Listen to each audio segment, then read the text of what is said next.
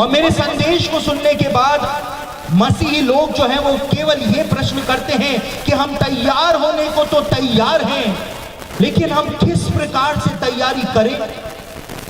तो मेरे प्रियो, आप पांच प्रकार से इन अंत के दिनों में अपने जीवनों को तैयार कर सकते हैं।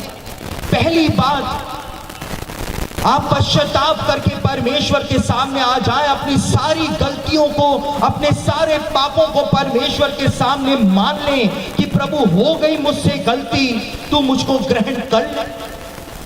और बाइबल में लिखा हुआ है कि यीशु का लहू जो है उसमें इतनी सामर्थ है कि आपके सारे पापों को वो दूर करने की सामर्थ रखता है। दूसरी बात, आप जितनी भी बुरी लत आपको लगी हुई है, बुरी आदतें आपको लगी हुई हैं, उन सारी बुरी आदतों को आप धीमे धीमे करके छोड़ दें यदि आपको तैयार होना है। और जितना हो सके आप वचन को पढ़ना शुरू करें, क्योंकि जैसे जैसे वचन आपके अंदर जाता चला जाएगा, अंदर की बुराइयां जो हैं वो बाहर आती चली जाएगी।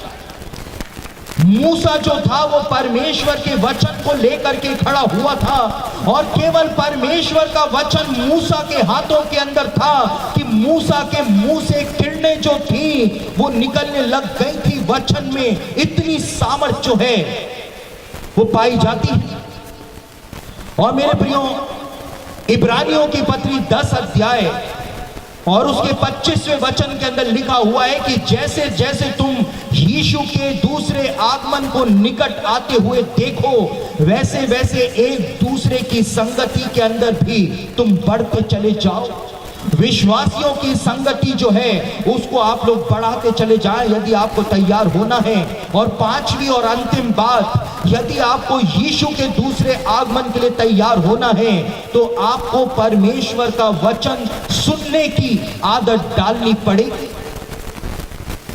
बाइबल में लिखा हुआ है, रोमियो की पत्री में पौलुस कहता है कि विश्वास सुनने से और सुनना प्रभु मसीह के वचन से होता। जब तक आप वचन नहीं सुनेंगे आपका विश्वास कैसे बढ़ने पाएगा। आप वचन को सुने। कई लोग वचन सुनते सुनते सो जाते हैं, खर्राटे मारने लगते हैं। मेरे प्रियो, इज़राइल के अंदर यीशु के जमाने में यदि कोई भी यहूदी आराधनालय में यदि परमेश्वर का वचन बोला जा रहा है, मैं आपको ऐतिहासिक सत्य बता रहा हूं, सब सुने, जो सो रहे हैं वो भी सुने। बाइबल के जमाने में यानी यीशु के काल में इज़राइल के अंदर ऐसा नियम बना हुआ था कि यदि आराधनालय में परमेश्वर का वचन दिया जा रहा है और यदि कोई भी यहूदी वचन सुनते सुनते सो गया तो यहूदी लोग जो होते थे, आराधनालय के यहूदी लोग, वो उसको उठा करके ले जाते थे और बाहर ले जा करके पटक दिया करते थे। और उसके बाद वो पत्थर उठाकर उसको पत्थरों से मार मार करके मार डाला करते थे, क्योंकि सर्वशक्तिमान परमेश्वर का वचन दिया जा रहा है। इस यहूदी को नींद कैसे आ गई? इसको तो थर थर कांपना चाहिए था, थर थराना चाहिए था। इसको नींद कैसे आ गई?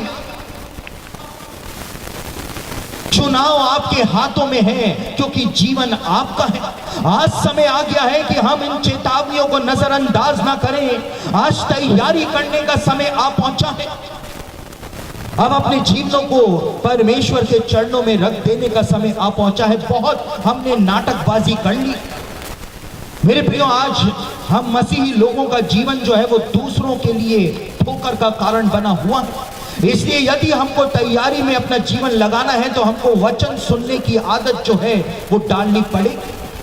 उन दो स्वर्गदूतों ने कहा कि जिस रीति से तुमने इस व्यक्ति को जाते हुए देखा है, एक दिन ये व्यक्ति जो है वो वापस इस संसार के अंदर आएगा और वो ऐतिहासिक समय बहुत जल्द अब आने वाला।